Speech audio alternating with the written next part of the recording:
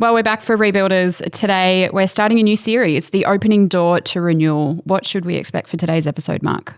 We're going to really dig into, I think, what is one of the foundational issues that we need to grapple with, which is the issue that I think is the pandemic has shown, but now we're looking at how do we live into this, which is the issue of non-discipleship, which is the issue that sits under cultural Christianity, people walking away from church, deconstructionism, the rise of Christian nationalism, all these things. How do we as the church find renewal through returning to people to a whole of life discipleship?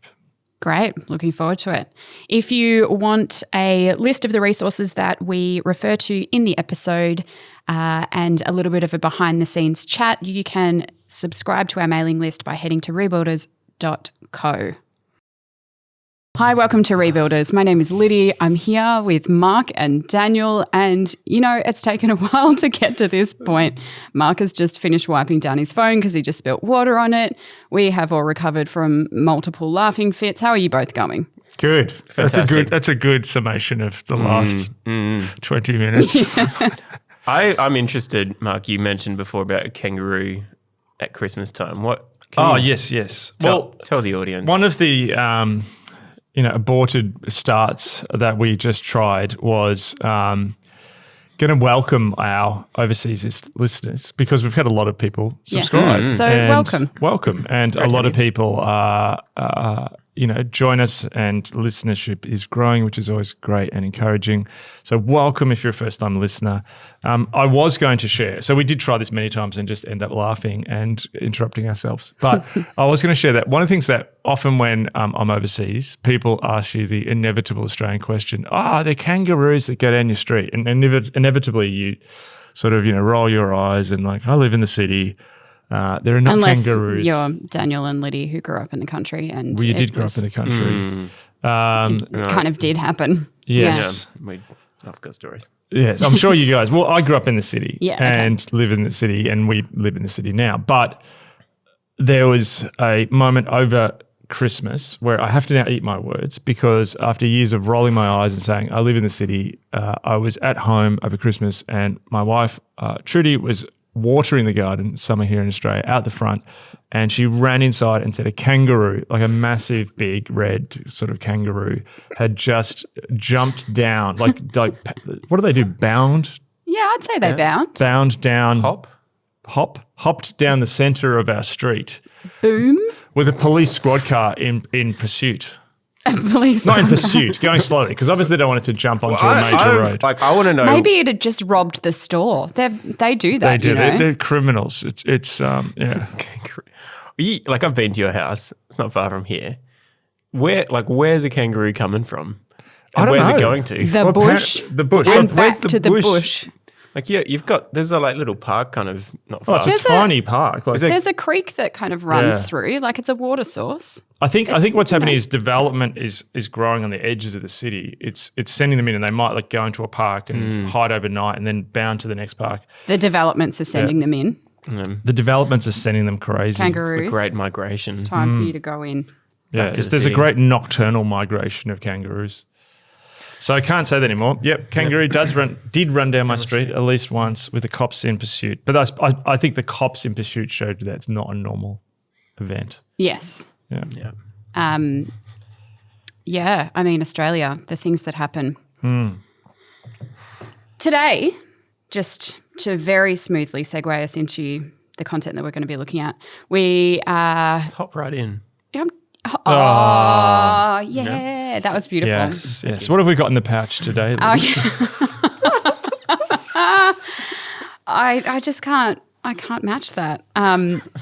We are actually going to start a short series. So for the next maybe 3 or 4 weeks, where we're looking at, we've titled the series The Opening Door to Renewal, and looking at how there's been a crisis of cultural Christianity, but there's also an opportunity in that, obviously instigated by the pandemic, but it was present far before the pandemic. So we're going to be exploring that. So what's the kind of big idea that we're getting at, Mark? Yeah. Well, I think the big idea is one of the things, if you've been listening for a little while, is we're talking about what's the new sort of cultural reality that we find ourselves in. And one of the arguments that we've been making quite strongly is that we've moved from perhaps the previous sort of era where it felt like there was this inevitable rise of, say, secularism and progressivism, and the church was going to be this sort of exiled community in the West, to something different. We're entering into a new era. It's a much more decentralized, much more contested space, and power is draining away from all institutions. And even the sort of idea of post-Christianity and secularism is starting to come under tremendous pressure itself. And so, in the midst of this new reality and this acceleration that's happened during the pandemic, but it's not just about the pandemic, it's also about technological change, geopolitical change, environmental change, all these changes that are going on, that actually this particular grey zone moment that we're living in presents a new opportunity for a renewal of discipleship. And the little line that I've been using, and some of these ideas that we're going to speak today is actually informing my preaching at the moment, is that there's a sense at the moment that one thing that we've lost is predictability.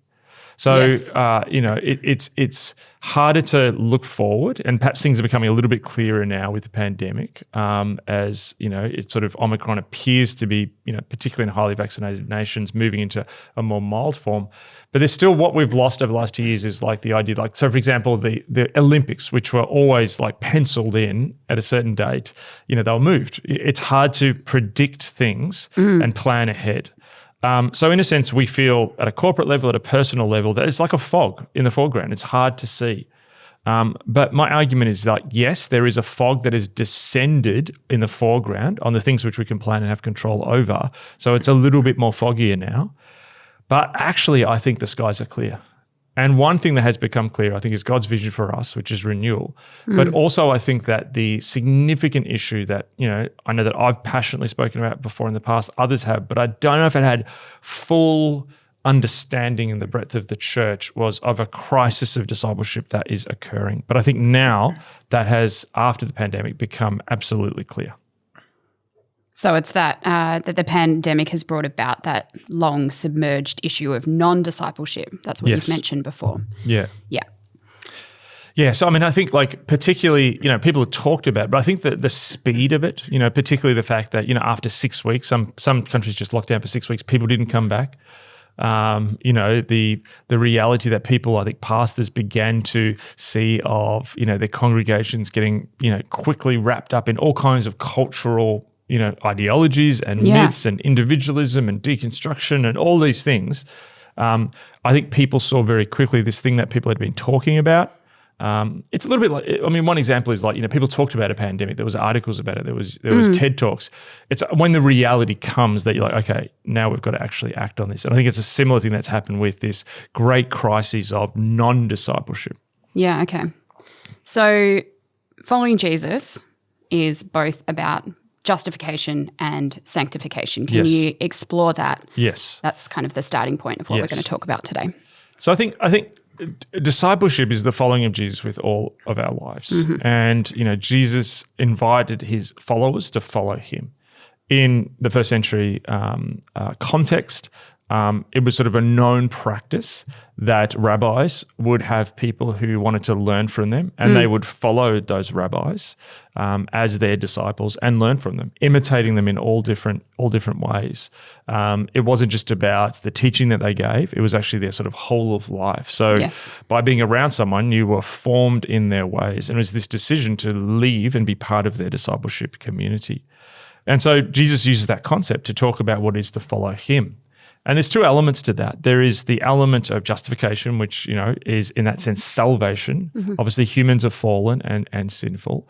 But when we, say yes to Jesus, we give our lives to him, we then are made right with Jesus. And, that's the moment of salvation. That's, justification made right with Jesus.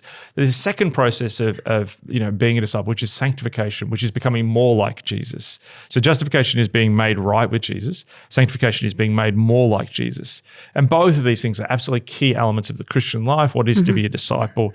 Yet what has happened, and I think what this crisis of cultural Christianity, of discipleship is showing us is that there's this gap that has emerged in how people understand those two things, their importance, the link between justification and sanctification, and that both are in play. Okay, so discipleship, following Jesus, is that combination of justification and sanctification, but how have we gotten these things wrong? Yes. Well, I think there's a couple of things. The first one is to look at this at the posture of the church, particularly in the last phase of culture that we've been talking about. So hold on, are you saying during the pandemic or pre-pandemic? Previous. So I think with the rise of secularism and post-Christianity, the church realized that it had to sort of change its front of store, if you like, to the world. And you see particularly the contemporary church movement, which grows up, after, probably sort of you could look at, say, the 1950s and 60s onwards, and sort of grows as, a key part of the growing church, desires to present the good news of Jesus in a culturally understandable way. I've talked about this in different places before, the idea that mission and the science of missiology, which people learnt in two-thirds context of if I'm coming from England and I'm communicating to people in Fiji, what's the elements that I'm bringing which are of the gospel, which are elements which are actually of my Englishness? Yes, and, yes. What does an authentic discipleship look like in a Fijian context? That sort of thinking was brought back to the West. What are the elements that actually are cultural just add-ons that are not essential to the gospel, to discipleship, and what are parts that are essential. So what you saw is almost this missiological approach adopted in the West, and people began to shape this form of contemporary Christianity. Now, one thing that happened is, and I would use an analogy from politics to explain this, is in politics that you have campaigning. In democratic societies, how do you gain government and how do you get into government? And then you have governing, which is actually taking your political platform and your policy platform and making that a reality and having the change occur in the society that you're leading that you want to see. Yes. So whether you're a right-wing government, a left-wing government, you have these certain policies that you want to bring in for families or for the economy or for education or whatever that may be, that this justice issue that you want to see happen. You have to get into government, but then you've got to govern. And so the contemporary church, in some ways, we can see it that what it's been good at is campaigning. Now, campaigning is you have to sell people on your message. And with the rise of mass media, we saw politics change and we saw campaigning change. We saw television play this key role. There's the famous story of Richard Nixon's television debate with John F. Kennedy, and John F. Kennedy wore makeup and Nixon refused to wear makeup, and he sort of looked sweaty and pasty, and here was Nixon, this very sort of telegenic man who understood the power of mass media, and Nixon, who was sort of operating in the old mode. JFK goes on to win the election. And we see that growing in not just what you look like, but sound bites, big campaign events that are good for TV. You see that in even polling of the public, if you've ever been rung up and asked your political opinion on things. And you have all this huge machinery of people who actually help people get into government. And they're very, slick, and they're very good at what they do. There's a whole science around that. And there's a very key end to that as well. It's like you won the election. Yes. In Australia, we're heading towards a federal election, and at this point in time, their goal is to get back into government or to get into government. So in some ways, I think that can describe the contemporary church. The contemporary church realized that it had a problem. In a sense, it was like Richard Nixon, and it had to put the makeup on like JFK and be presentable and use, the mass media that was at its disposal and understand the public and how does it communicate. And hence, that's why we use the contemporary church, because it's then relevant to the contemporary society. But something really interesting has happened is that there's a kind of politics now that you've seen in the last few years, which is about constant campaigning. So, for example, one of the comments made, currently the British Prime Minister Boris Johnson is in huge trouble after what has been known as Partygate, which was a whole series of parties that were thrown at 10 Downing Street when actually there was lockdown orders for the rest of Britain. And, there's been this huge debate within the Conservative Party in Britain of should they get rid of Boris Johnson? He's lost the, trust of a huge amount of the population and even part of his own MPs, part of his own party. Now, one of the arguments that has been currently being circulated within the Conservative Party in the UK is, yes, Boris Johnson, but a lot of them don't even like him, it sounds like. We don't even like him. What he did was wrong. He's shown no integrity. We're struggling in lots of things around governing, but he's a brilliant campaigner.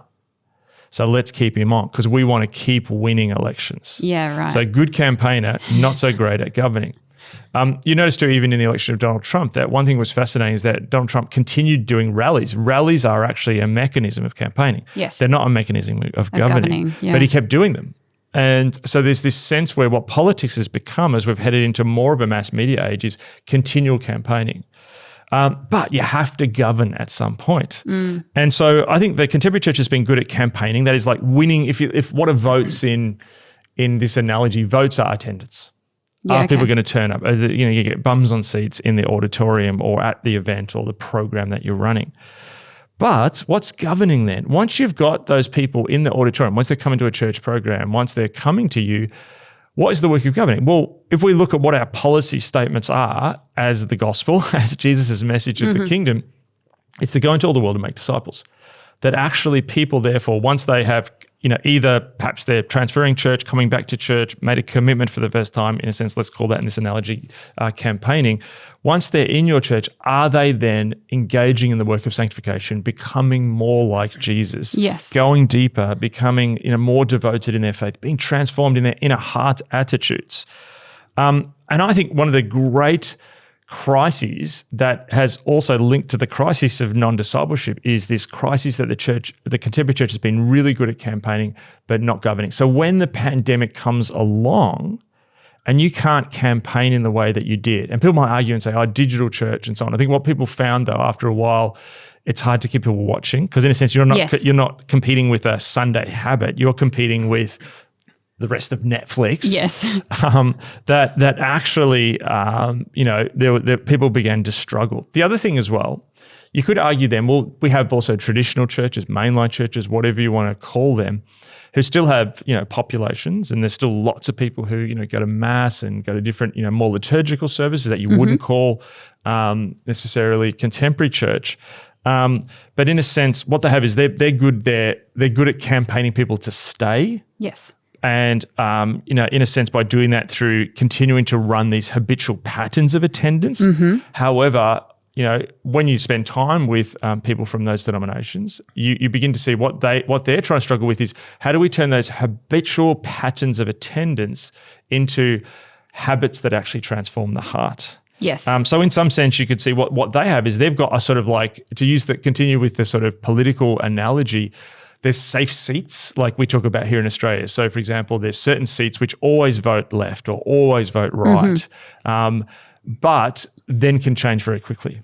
So when the cultural scenario changes. So, for example, in Britain, there were seats which were Labor, like rusted on. They expected them to turn up and vote Labor because it was their habit and their grandfathers had, but they didn't in this election, because something was changing. And I think that's also what a lot of mainline churches are experiencing in this new grey zone reality, is that habits of the past are not going to work. So we're seeing a failure, and very few churches are good at, to use the analogy, both campaigning and governing justification and sanctification. And what is happening, there's a growing gap between justification and sanctification, how it's lived out. A growing gap between belief and action has opened up in the church, and the pandemic exposed that crack underneath the ground. Yeah, okay. So you started to talk about there how it has affected the church. You talked a little bit about the habitual church, but are there other examples of how this fracturing between justification and sanctification are manifesting in contemporary church? Yeah, so one is the habitual thing, which I mentioned in terms of sort of mainline or traditional denominations, but it's also true in contemporary church. There's a lot of people who just go because they've always gone, their parents do, their families do, their friends do, and so on. So you get this idea that a lot of energy of church is based on working with people who keep turning up, and maybe they're just the sort of like, habitual type people. And we've talked before about, Barna's Connected Generation report, which showed that, the majority of people, particularly in sort of evangelical churches in the US and many other countries, are actually just habitual Christians. Yes. Their beliefs and their actions do not match actually the policy platforms of the kingdom of God, to continue with the political analogy. Yes. So I think there's a sense too that churches have realized that there is this, this gap is there. So we've tried to, in a sense, bridge that gap by continuing to use the tools of campaigning to convince people to live lives for Jesus. So we're selling the benefits, and you have this sort of like what I call lifestyle church. So what it is here's how your life can get better and look a lot like what the culture is promising you, but with a touch of Jesus. Yes. Yeah. Okay. Another way to look at this is the space shuttle analogy. The space shuttle was this reusable space vehicle, but it needed a booster rocket to get into its orbit. So if you imagine the space shuttle is our life that we want to live, our aspirational life that we see, and these are the goals that 21st century consumer culture gives us. So we realize maybe we're not going to get into that orbit, our individual orbit ourselves. So we need faith to be a booster rocket that gets us into that orbit around the Earth. But once we've got there, we can ditch that booster rocket. Yeah, okay. So it's sort of this implicit, unspoken sort of prosperity gospel, really. And, church then becomes about lifestyle. But again, pandemic comes, all of a sudden we move from sort of lifestyle stuff to survival stuff, particularly in the early pandemic. Yeah. And that model begins to fall over. Yeah. The sort of other model is almost what I'm calling now therapeutic church, which is church which is set up to make you feel better. Oh. So That's nice. That's so nice. And what I mean by that is there can be two forms of this. One, a church which is going to give you so event culture is big. Yes. So that big concert, that big sporting event, that big, I went on a holiday and saw that massive, natural park thing and got this sort of high from those experiences. So in a sense, we have that element. So come to church. It's going to give you as big a high, the way we're setting it up, as those things in the culture is. Yeah. Or you feel really bad. Come to church. We'll make you feel better.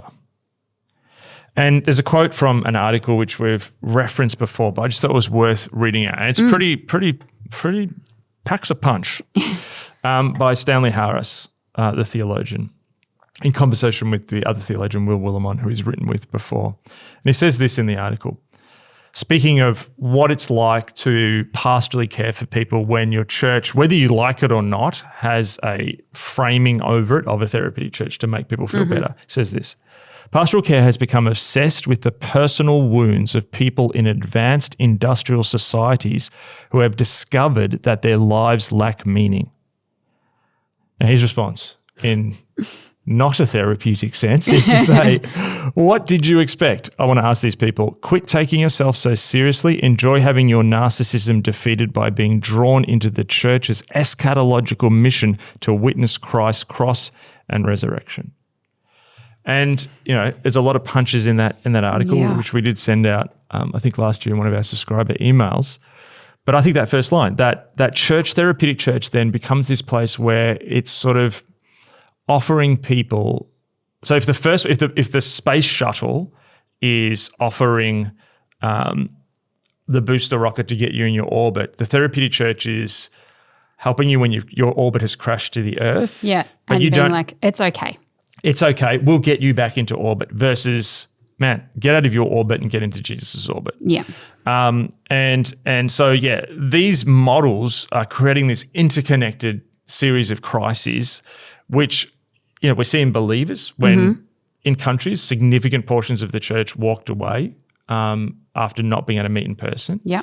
It's also causing crises for leaders. Definitely. Because if you're there to make people feel better in this environment of increasing emotional toxicity, you're getting beat up. It's really hard to, continue to deliver that lifestyle, to continue to, make those, heal those wounds of people who's advanced, discovered that they have lives don't have meaning. And I would argue that this is also even causing crises for our wider society. Yeah. Wow. What sort of crises do you mean? So I think some of the crises that this is spawning is there's a lot of talk about cultural Christianity. Yeah. Of people who continue to come to church because it's part of their cultural mix. So that's one. And look, I won't go through all of these in depth because I think we sort of I think people listening, these will resonate. The idea of trying to lead people who are rugged individualists, trying to lead people who are doing now individualist-driven, do-it-yourself faith. Yes. Like that, what you're saying, but I don't like that bit. And I'm going to construct this bit from what I read on Google. Yeah. We see these returns to deconstructionism or hyper-religiosity, in response to all of this. This battle that we're seeing currently between individuals and institutions. People have asked us lots of times to speak into, the rise of Christian nationalism. This is one of those reasons. Cultural Christianity, detached from discipleship, will get sucked into ideologies like Christian nationalism. This is, the culture wars. This is consumer Christianity. These are the crises which we're seeing bubbling up. Why? Because of the underlying crisis of non-discipleship. So, we're obviously at this point, and we have talked about, this cultural Christianity falling apart for a long time. But how did we actually get here? If we were to trace back our steps, what led the church here? Well, Dallas Willard had a theory that effectively what happened sort of after World War II in the American church, and I think it was exported to lots of other places, was that if you think about the evangelical church and a lot of those churches were born out of renewal reform movements. Yeah. And they saw mainline denominations where people were going habitually, which, people were in traditions, but their hearts weren't changed. So it was this return to a heartfelt, a whole of heart devotion to Jesus, and a sort of reconnection with the vision of the early church, the message of the gospel, the message of the kingdom. But in the sort of, beginning part of, or the end of the 19th century, the beginning of the 20th century, you had the rise of liberal Christianity, which in a sense tried to wrestle Christianity to fit the emerging consensus of sort of, the Enlightenment and Western thought. And so in reaction to that, they began to almost reconfigure, almost unintentionally, what it was to be a Christian was actually to not believe what the liberals believed, but to hold on to the evangelical distinctives of faith, to hold on to a few key doctrinal statements. Doctrinal statements which I think are true and really important. But what this did is it reduced faith, Willard argues, to simply mental adherence to a core set of doctrinal statements, whether or not that changes your life. Yeah, okay. And so what happened was this gap opened up between belief and obedience. So, I'm born again. I believe these 5 things. Is it changing my life? No. But I believe them. Great. Tick the box. And so this was also happening in the second half of the 20th century. This is not a point made by Willard. This is me adding something. It's interesting. That theory runs parallel, on a parallel track to the emergence and intensification of radical individualism. Yeah, okay. Individualism was at play, but this increasing experiential individualism was only intensifying as every decade passed. So those two things, a gap between what you believe and what you live out, alongside in the culture, the emergence of expressive, radical, experiential individualism, I think lays the deep fractures underneath our foundations. So how do they play off one another, that individualism, that radical individualism, and that crisis of non-discipleship? Well, individualism is ultimately about the autonomy and sovereignty of the self. Discipleship is actually about the sovereignty of the kingdom of God and the laying down of our personal autonomy at the foot of the cross. And what Willard noted was there was this thing in humans where he writes, I've got a quote here from his book, The Spirit of the Disciplines. He says, "The general human failing is to want what is right and important, but at the same time not to commit ourselves to the kind of life that will produce the action we know to be right and the condition we want to enjoy.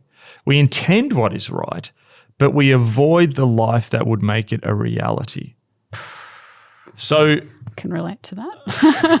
So this is like, if you put up a picture of someone and you said this person is a triathlete or this person is fantastically healthy and they've shave 20 years off their biological life. Isn't that, when you say like a biological Added, sorry, not true. That added, said, this person is a triathlete and they only eat leafy greens and run, 100 kilometers every day and, just live off the dew of plants that they. You're just talking about me, right? I am. I was looking at you there. I thought, this is Daniel. When I was hearing that, I was like, oh, that's Daniel. Yeah. If you put that up and you say, is this a good thing? People would say, yes. Is this an aspirational life? Yes. Can you live it? No. 100 kilometers a day. Yeah, I do that before breakfast. So in a sense, we go, oh, that person's great. But what Willard said is, are then people willing to live their whole of life? So he says, people say, Jesus is great. Jesus is the greatest human who ever lived. Jesus was God in human form. Jesus acted incredibly. The second question then is, are you willing to live in the way that Jesus lived? Yes. And that's when there's sort of, crickets. So thus what the contemporary Christian wants is the solace of belief, but minus the commitment of true full life conversion. And this is now a failing model in the new context we find ourselves in. You could get away, and we'll get into this more in the coming episodes in this series. Yeah. You could not get away with it, but it was less acute seemingly or less obvious. But now in the new sort of reality we find ourselves in, this is becoming clear. And I think the pandemic really illuminated that. So can we see this as an opportunity for renewal? So we've called this series the opening door to renewal. Correct. And we talked a lot about a crisis. Yeah. But if you're a long-term listener to this podcast, a big foundational belief of this, of what we're teaching here is crisis is always an opportunity when it's renewed through spiritual vision of that Jesus gives us. And so I actually think this is an opportunity for renewal. And Willard made a really interesting point. He said that essentially if you study all the revivals and awakenings, often people think that what they are is a bunch of people who weren't Christians becoming Christians for the first time. Now, does that happen? Yes. But primarily where they start is actually people who are often believers, who are habitual believers, who are non-committed believers, who are people who perhaps have just been going through the motions or have a big gap between what they believe and what they act, and actually them then giving the whole of their lives to Jesus, saying, I want justification and I want sanctification. I want Jesus, but also want to become more like him. And so therefore, Christ renewal is a rediscovery always of Christ-led discipleship. This occurs at a personal level and then flows into the corporate due to the social nature of humans. And so early revivalism was focused upon encouraging Christians towards holiness and the giving over of the whole of their lives to Christ. Now, salvation's followed, but they followed as a fruit of that. Yeah, because people saw that and said, I want that. That's intangible. Yes. I can't even name it, but I'm magnetically drawn to that because that is almost not of this world. This is heaven coming to earth. And that's the early church, right? Yes. Jesus and his disciples experiencing his power, the Spirit coming down. And you see that in Jesus' ministry where people almost want oh, I like what you're saying. Yeah. And then Jesus says, all right, this is what it takes to follow me. And they're oh, that's a bit hard. Totally. Then you see the fruit of the disciples saying, yes, I'm going to follow you. And thus begins the birth of the church. Yeah. Absolutely. Yeah, it's good. So we know that renewal helps wider society. So this renewal of discipleship and obedience, how are we going to see that? Because we believe that it can happen, that God is leading us into that place as his church. How's that going to help wider society? The key thing to understand is that obedience is missional. Yeah, right. So in Deuteronomy, Moses in his great sort of teaching to the people before they enter the promised land talks about, that God wants to bless and be with his people when they obey. So when we obey, we match the pattern of heaven on the earth. When we obey, your will be done on earth as it is in heaven happens because we're living according to God's will. We're, in a sense, incarnating his will in the earth. And so therefore, if you think about what are some of the charges against the church? There's always slander against the church. The church, Scripture tells us, will come against opposition. Jesus said, you'll have people, persecute you. But also there's the genuine own goals that we score when the church doesn't live up to its kingdom mandate. And that's when we're not obedient. when the church has been an agent of injustice, when, the church has acted in violent, terrible, domineering ways, or been an irrelevance, a dusty irrelevance in the corner of some town somewhere with no good news, that actually that's when we're not obeying. That actually when we obey, obeying is the linkage between heaven and earth. And the Spirit comes down to empower us to obey. So there's a really key distinction here. We can't see this and go, okay, Mark, yep, you're right, there's a gap, man, we just got to try harder. The Spirit comes when we obey, but in a sense, what we need to do, therefore, is still there's that submission of saying, I still want to say yes. I want to say yes to that process of growth. And, again, we've talked about this at Red. This is one of our core things. One of the greatest gifts that you can give to others is to grow in Christ. And if you think about what Jesus says in Matthew 28:19, he says, therefore go and make disciples of all nations, baptizing them in the name of the Father and of the Son of the Holy Spirit, and teaching them to obey everything I've commanded you. So when we obey and then when we teach others to obey, this is the mission of God in the world. And so obedience incarnates God's word. The word emerges from heaven, and through obedience in God's people is infleshed and incarnated upon the earth. Obedience is the glue which binds heaven and earth.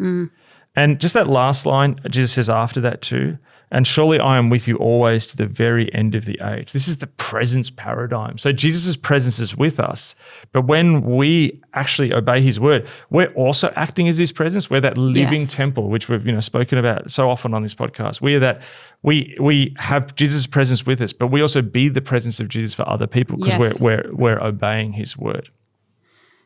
So this moment that we're in, how does it present an opportunity? Yeah. Well, what's good is I think previously a lot of the cultural Christian models were reflective of what was happening in the wider society. Yeah. We believe we're sort of in this neutral space and, you can have freedom of religion and do what you want and have your church over there. And what's your competition? Well, it's what's the advertisements on TV and what secular culture offers you. And so we're going to show you, you can have a great time being a Christian as well. And I think people have seen the pressure coming against that. And I think, in the last phase, people felt, the culture's going to flip and become this sort of totalitarian thing against faith. I think where we're heading now is grey zone. Everything's falling down. And grey zones are ultimately contested. And so contest undermines previous models of cultural Christianity. But what's brilliant is contest also reveals what things really are. Yes. There is this moment of revelation, just as the pandemic revealed this huge chasm-like gap between what we believe and how we're living out the message of Jesus. I also think that contest also means we're back at almost the first century reality, where there were these competing stories. There's not one story now, there's a bunch of competing stories, but we actually live out the one true story. And what is cut through is actually when that story is obeyed and lived with the whole of our lives. That is the gospel which transforms people, and a people transformed who give their whole lives over in a contested zone. That's actually early church stuff in all its excitement. That's fire that people can see, atop our heads because there's something different about us. And so that's why, the ground is foggy, but in a grey zone, I think the skies are clear because we're seeing things more clearly with spiritual vision.